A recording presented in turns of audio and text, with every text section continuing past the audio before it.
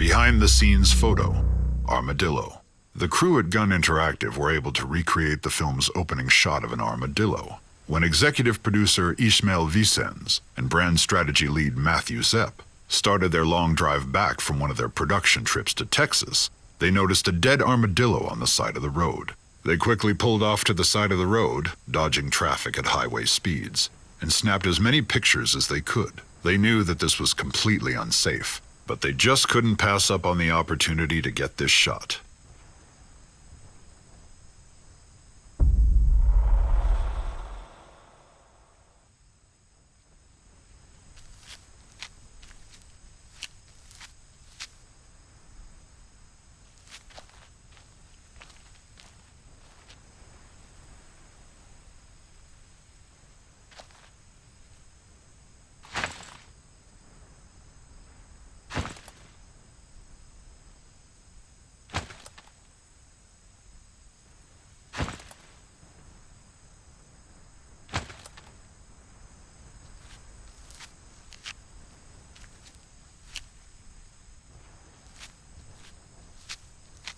The opening shot. The armadillo in the opening shot of the film was an actual armadillo that production designer Robert Burns found on the side of the road and taxidermied himself. According to Robert Burns, the original script called for a shot of a dead dog on the side of the road, and then the camera would pan to the green van.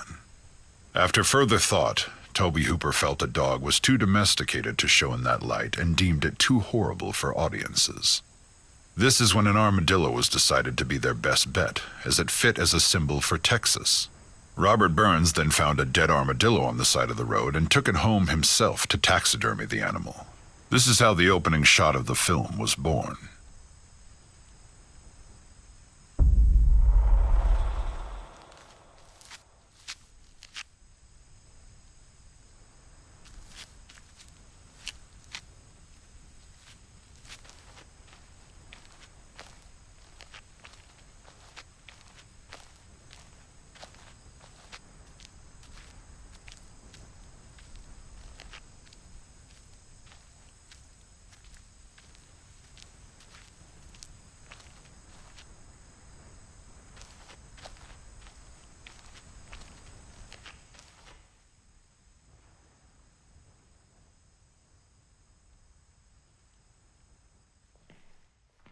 Stop and turn. Gunnar Hansen's stop and turn move was an accident. The boots that Gunnar Hansen wore had 3-inch lifts to make him taller, though because of this, if he didn't stop suddenly and then turn, he would lose his balance and fall.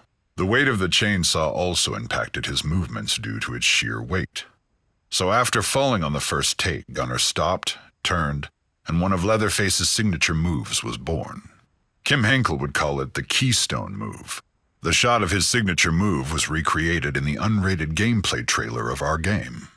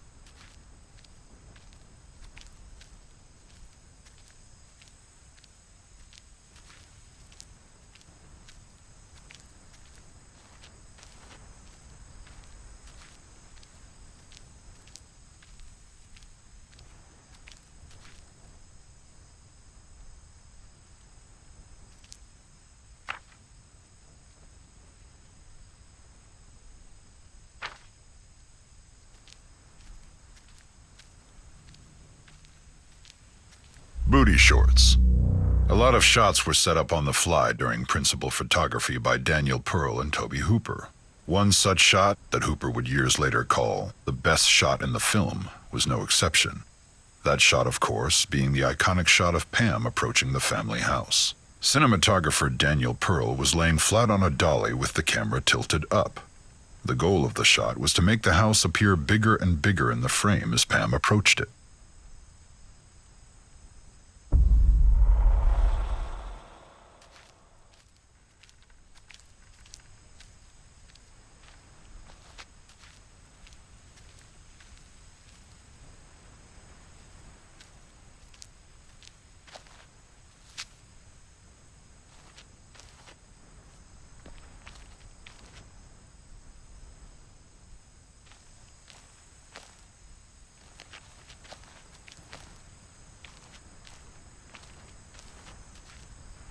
Truck.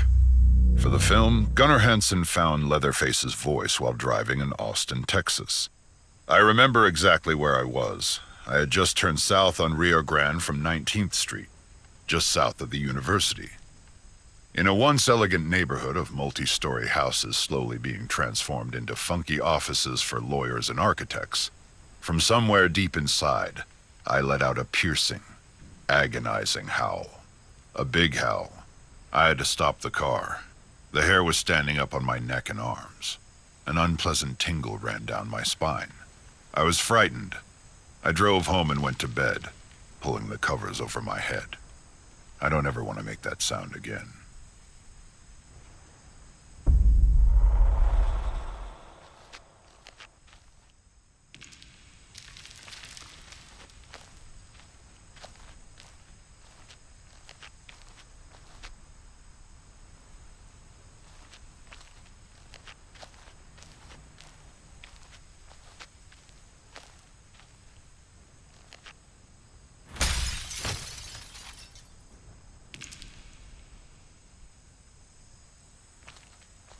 Escape hatch.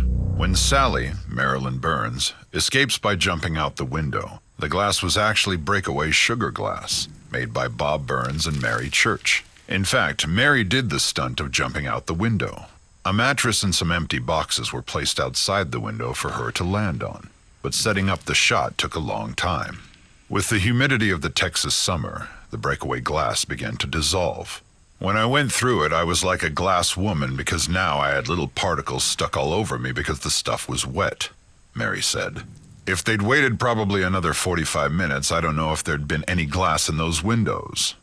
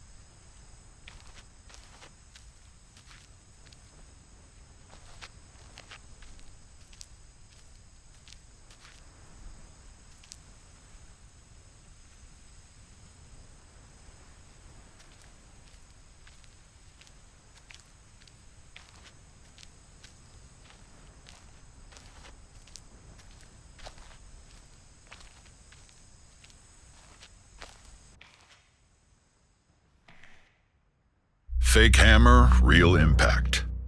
The scenes in the movie with the sledgehammer seem real, and there's good reason for that. Though the prop master Bob Burns made a fake hammer with a foam rubber head, there were still complications.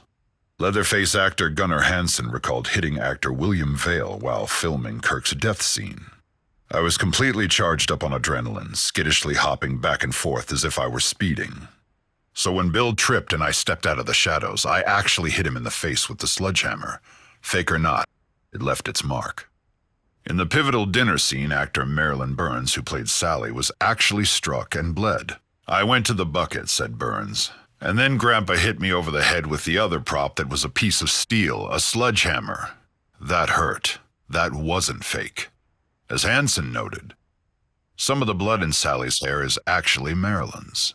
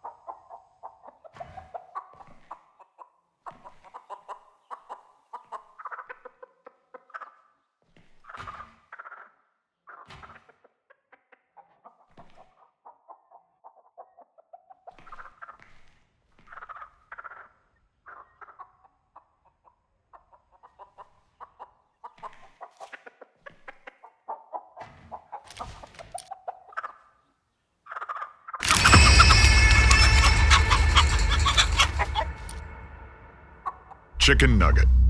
The game's composer, Ross Tregenza, used real chickens for the audio for Nugget.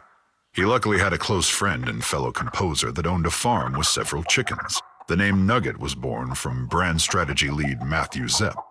The name is a nod to the longtime nickname of his nephew.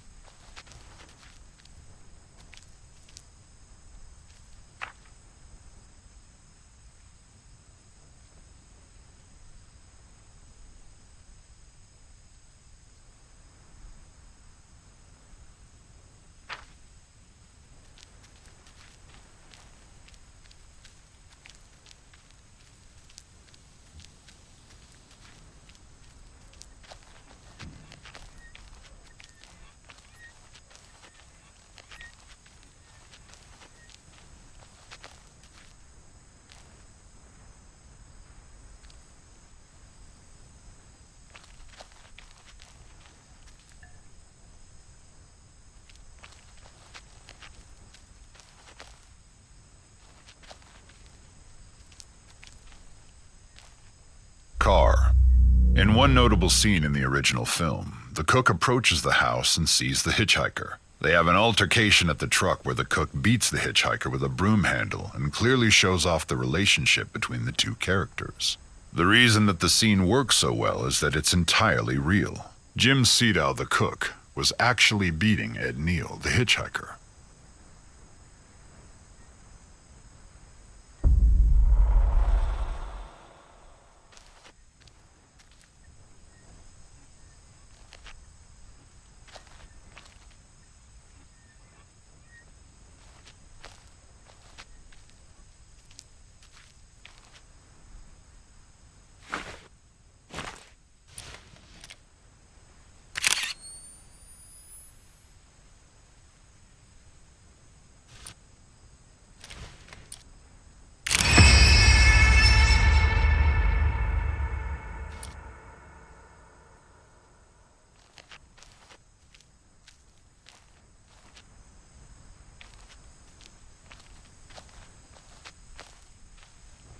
Car radio. The song on the radio when the hitchhiker is picked up in the van is Roger Bartlett's Fool for a Blonde. Bartlett has said that Tobe Hooper chose the song because he thought the hitchhiker was a fool for Sally.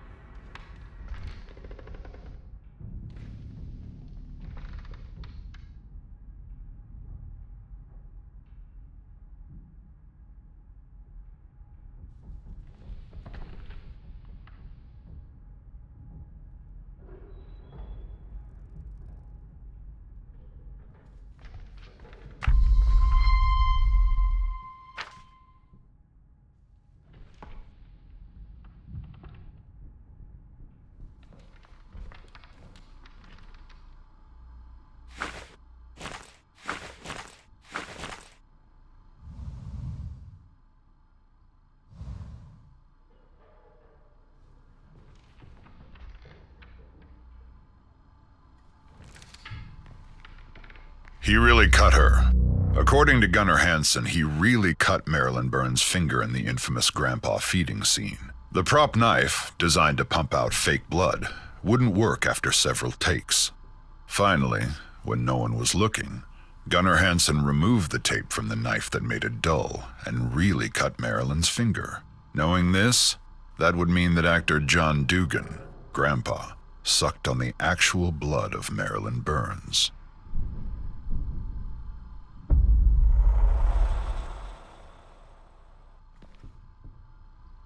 Gallows meat hook.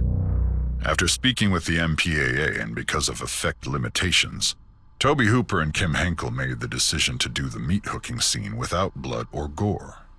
Production assistant Dorothy Pearl created a harness with a saddle that Terry McMinn, Pam, could wear. It was completed with nude stockings that crisscrossed the actress's body in the front and the back. The longest McMinn could hang on the hook with the harness was about 1 minute. Dorothy Pearl had to design the harness with the female anatomy in mind because all the weight was being distributed to the actress's lower region. According to the film's screenwriter Kim Henkel, one of the inspirations for the infamous meat hook scene was a scene in the 1931 film Frankenstein.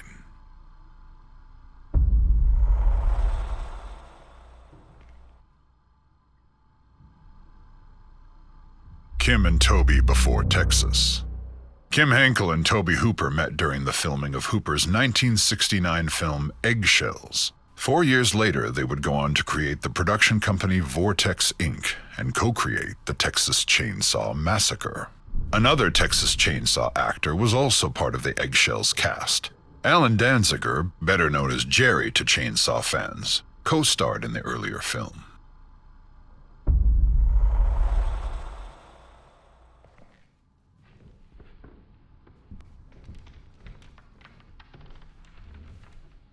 Cheap thrills. Screenwriter Kim Henkel has said that one of the reasons he and Tobe Hooper wanted to make a horror film was their limited budget. If you have relatively little money, what are your possibilities? Henkel says. The clear answer was some sort of genre piece. Horror was the easiest because we felt that we didn't have to have any names in the cast. Production values weren't nearly so important as in some other realms, so it became the natural choice. Possible titles. The Texas Chainsaw Massacre wasn't the first or even second title of the film. The first two working titles were Head Cheese and Leatherface. Head Cheese was the first working title of the film, though, for most of principal photography.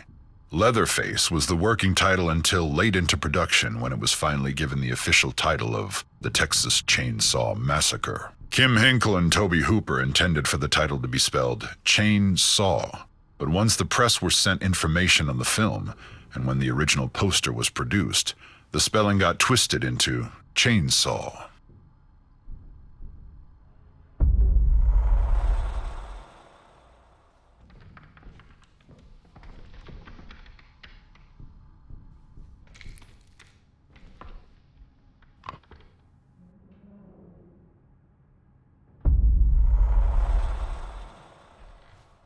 Possible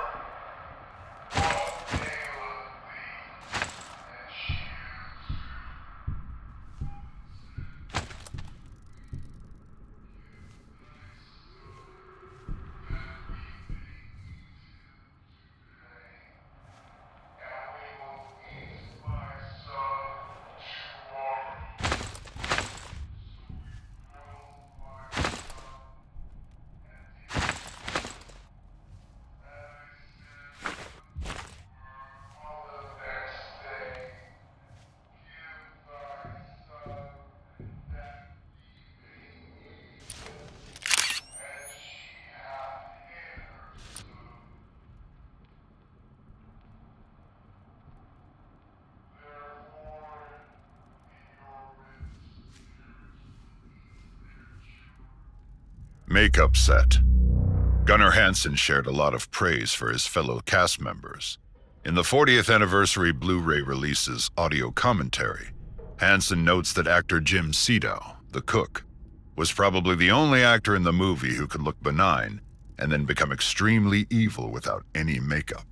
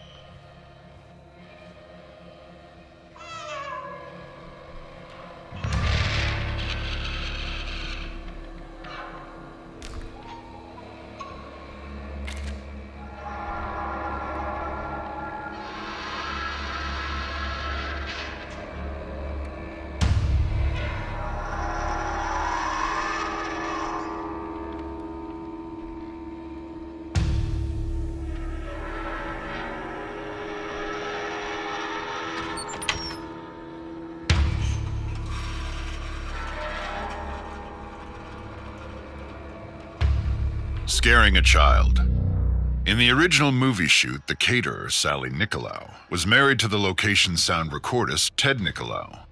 The day they shot the meat hook scenes, Sally brought their then 3-year-old daughter, Karina, to set when she was delivering lunch. Unfortunately, little Karina saw Terry McMinn, Pam, on the meat hook and began crying and screaming. Her father recalled, "I was in the living room while we were shooting that scene, and she came running in and skidded to a stop and just went completely white, started screaming and crying, and went running out of the house."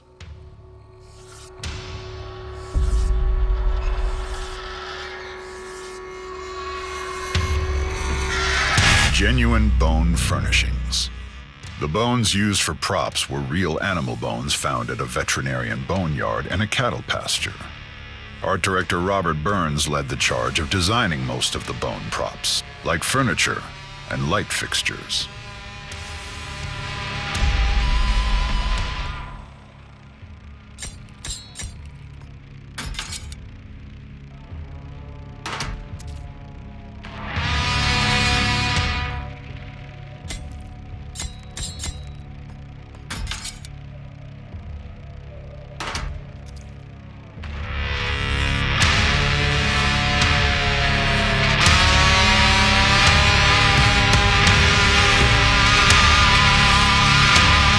Of Leatherface. Since both of her parents were working on the film, 3-year-old Karina Nicolau was often on set and struck up a friendship with Leatherface actor Gunnar Hansen. He recalled their interactions. "She had never liked my Leatherface mask. She was sitting with me one day while I waited for a shot setup. When Dottie, makeup artist Dorothy J. Pearl, came to put on my mask, it horrified Karina. As soon as it covered my face, she started screaming. I had Dottie pull it off. 'See?' I said, 'it's just me.' She calmed down, but when I put the mask on again, she started screaming again. I realized she was too young to make the leap, to see my transformation from Gunnar to Leatherface and understand that I was still under the mask. So I made sure she never saw me in the mask after that, at least until the unfortunate meat hook scene."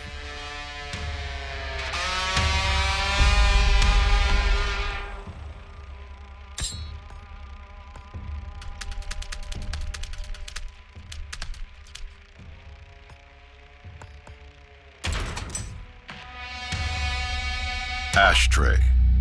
Actors are paid varying amounts for their work in film. For his voiceover in the opening monologue of the film, John Larroquette was paid with a single joint. Recent reports, however, suggest that his rate has gone up.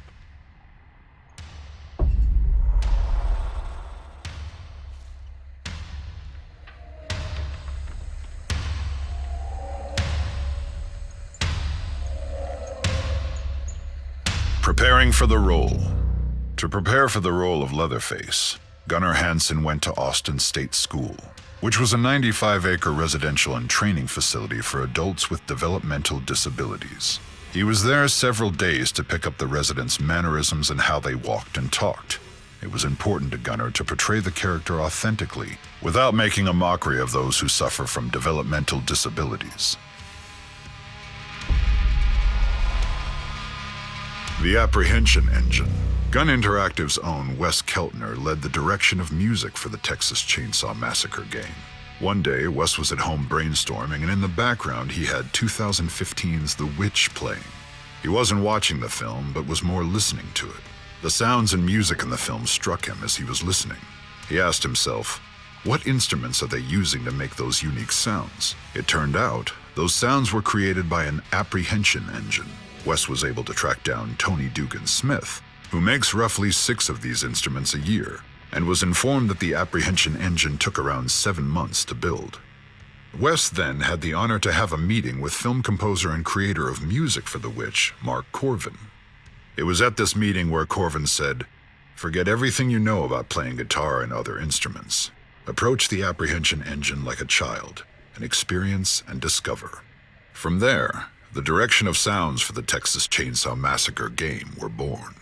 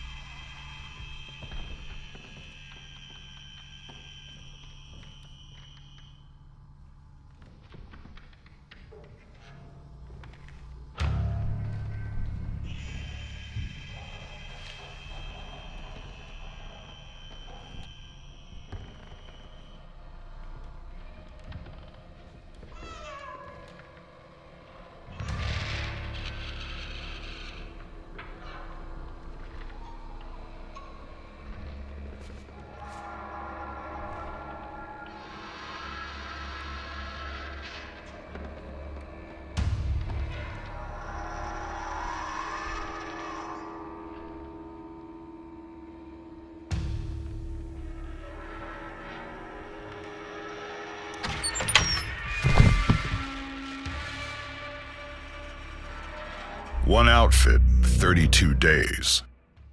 Actors only had one set of their wardrobe. The actors had to wear the same clothing for the entire 32-day shoot, 12 to 16 hours a day, 7 days a week. For fear of fading or being damaged, they couldn't wash the clothes. So the actors wore the same clothes unwashed for 32 days straight, in 95 to 100-degree Texas heat. According to the crew, Gunnar Hansen stunk of body odor worse than anyone on set by the end of the shoot.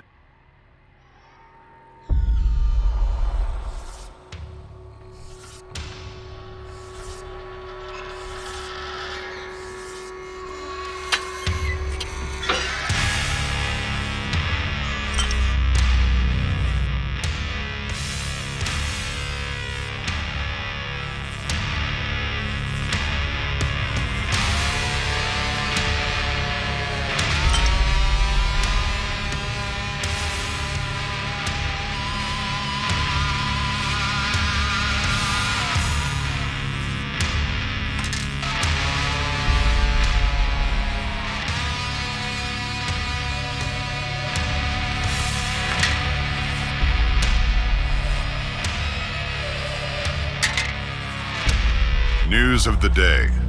Tobe Hooper wanted to parody the news reports of the day, which he considered televised lies, and so devised the opening voiceover, famously recited by actor John Larroquette.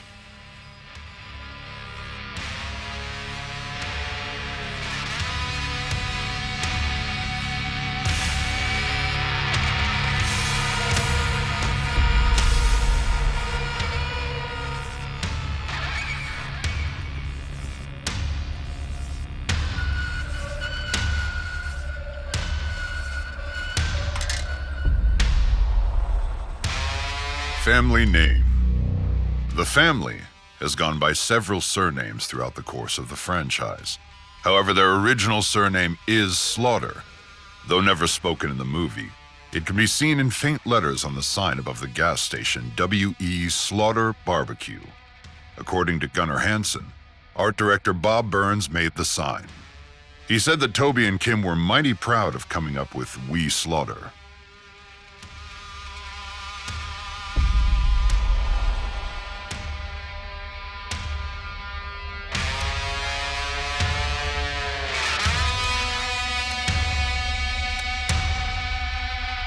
Toby meets the cook. Director Toby Hooper offered the part of the old man, the cook, to Jim Sedow after they worked together in the 1971 film The Windsplitter. They were both a part of the cast in said film. Hooper and Sedow weren't the only Texas Chainsaw Massacre alumni to work on The Windsplitter. Ron Bozeman was the key grip, Kim Henkel was credited as the grip, and Sally Richardson was the assistant director.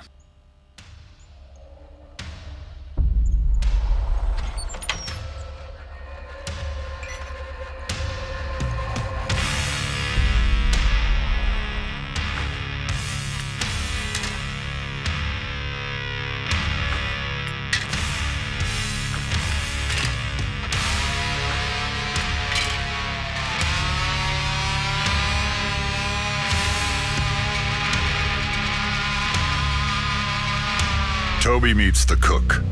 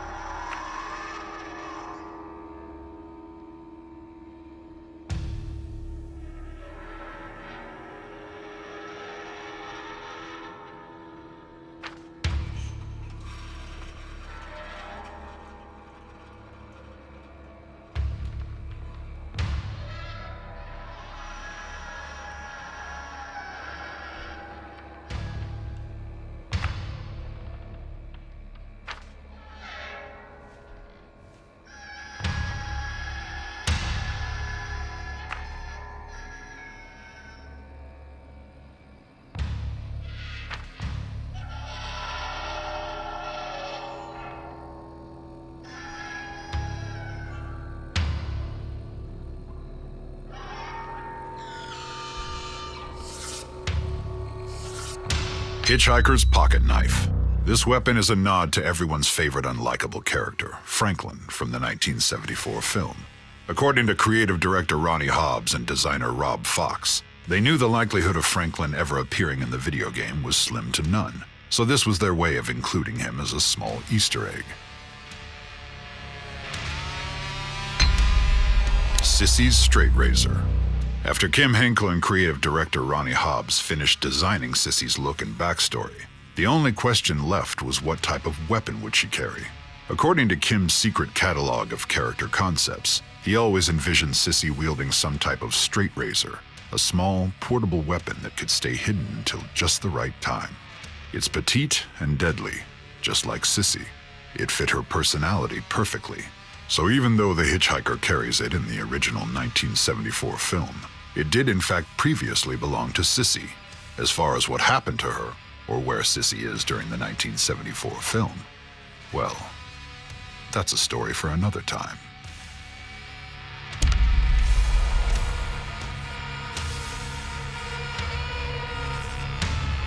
Jim Seadow's toughest scene to get right was the broomstick clubbing at the gas station. Since the prop was an actual wooden broom handle, he was afraid of hurting his fellow actor in the scene. After several takes of it looking fake, Seadow really struck his fellow actor in the final take. It was an exhausting shoot for everyone, but Marilyn Burns had it as bad as anyone on set. She did several takes of diving through the doorway of the gas station, and each time she would land knee first on the hard concrete floor, so many times that the floor tore up and severely bruised her knees.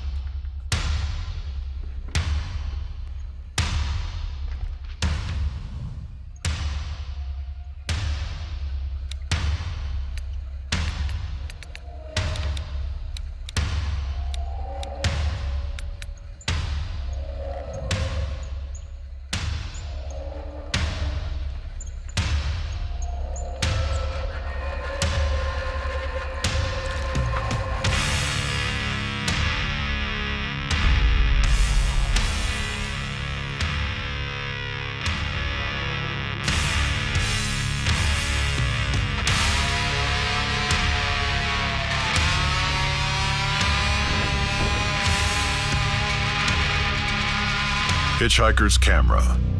The make and model of the Hitchhiker's Camera is a Polaroid automatic 230 land camera. It was manufactured and distributed from 1967 to 1969. This camera previously belonged to Maria Flores. The hitchhiker stole it after she was stalked and kidnapped by Johnny.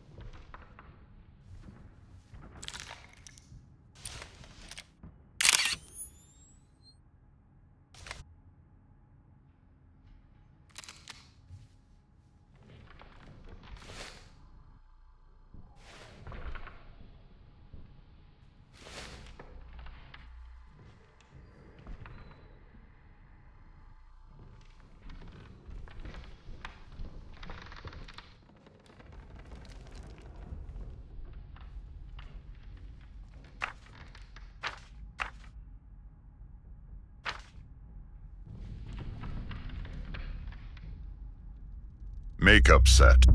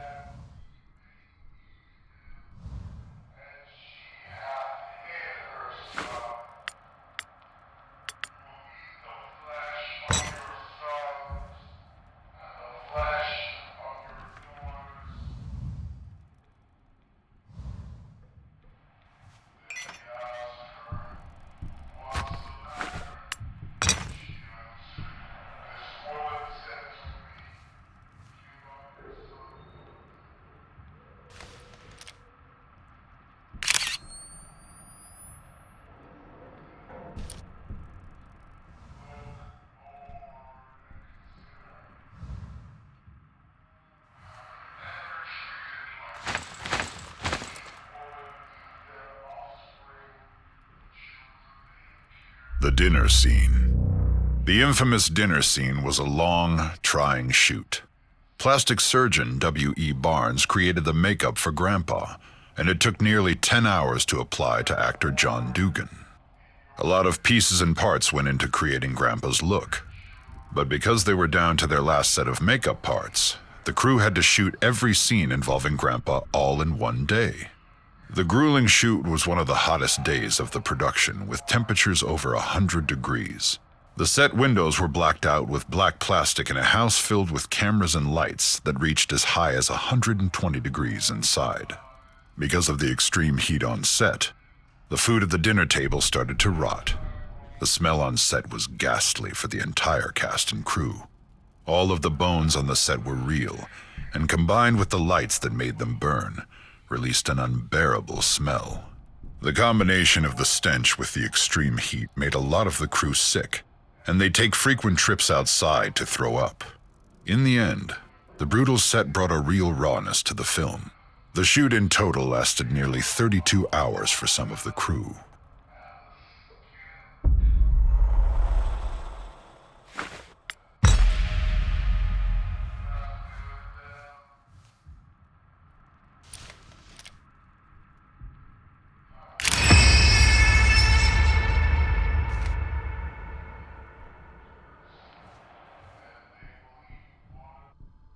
He really...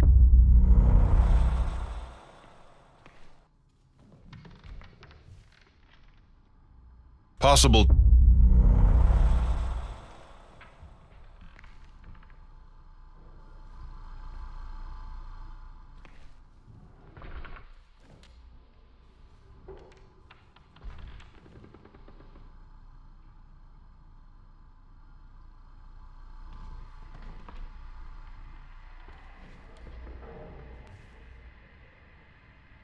Ashtray.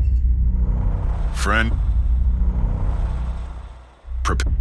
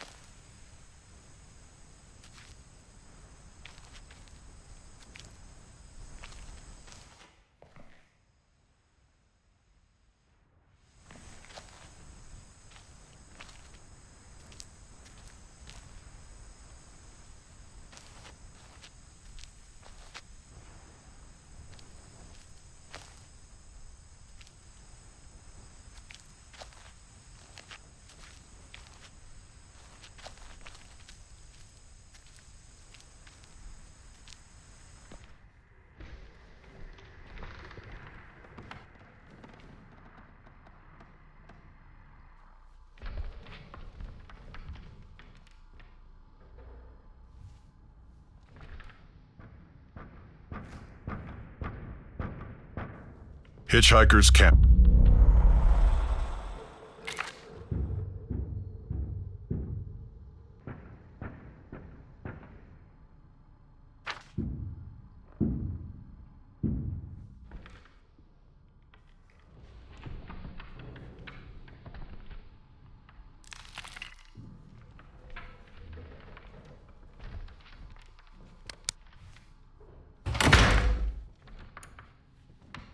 box office success. The Texas Chainsaw Massacre grossed over $30 million at the box office in North America and sold over 16 million tickets. With inflation, the film would have made over $150 million in box office earnings today.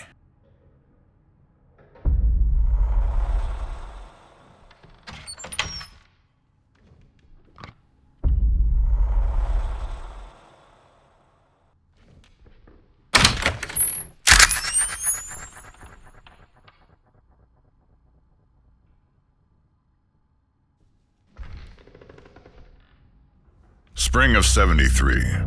Kim Henkel and Tobe Hooper spent January and February of 1973 writing the script, but production moved on rather quickly after that. They were shooting the movie by summer of 1973.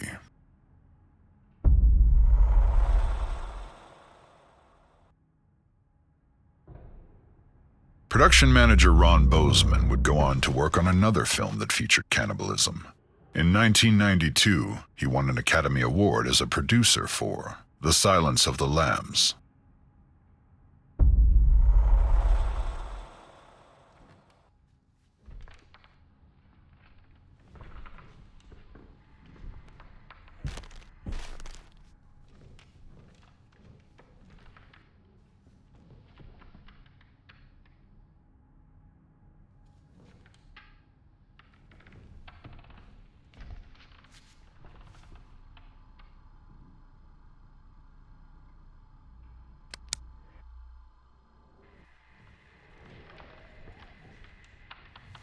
One outfit,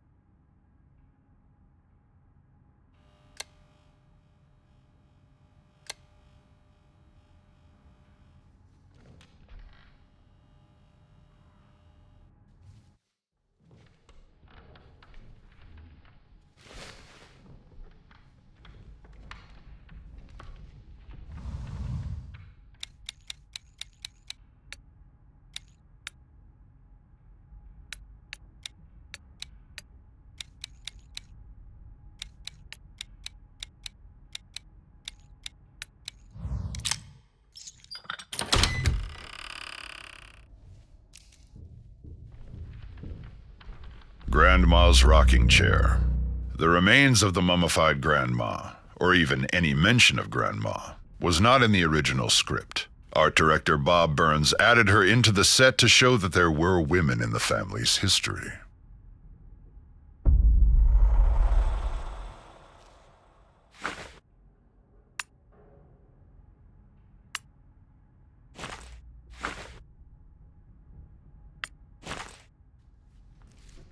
The Hitchhiker's origins. According to actor Edwin Neal, he based his performance of the hitchhiker on his nephew, who suffered from paranoid schizophrenia.